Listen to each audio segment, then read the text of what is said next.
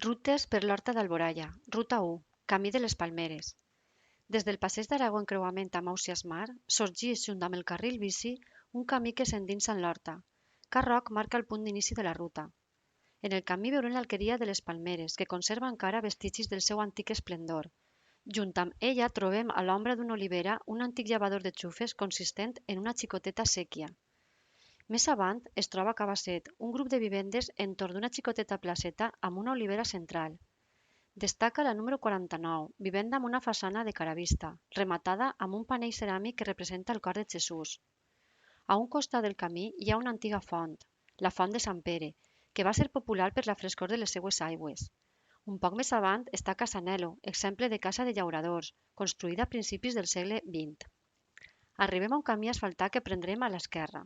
A pocs metres està el motor de l'estacà, que enllaça amb la séquia de Calvet. Entre les dues grans palmeres que caracteritzen el camí, veiem a la dreta les barraques del Güere, un dels pocs exemplars de barraques dobles situades en paral·lel. Una feia les funcions de vivenda i l'altra d'estable.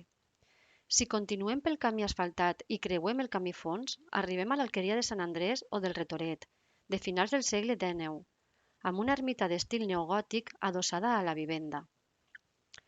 Retrocedint uns 200 metres, prenem la senda de terra que passa junt amb l'alqueria de Requeni, una de les més antigues de la localitat, i pel motor de Calvet, que rega la zona. Continuem a la dreta fins a enllaçar amb el camí fons i així arribar novament al passeig d'Aragó, prop del Pont del Moro, fi de la nostra ruta.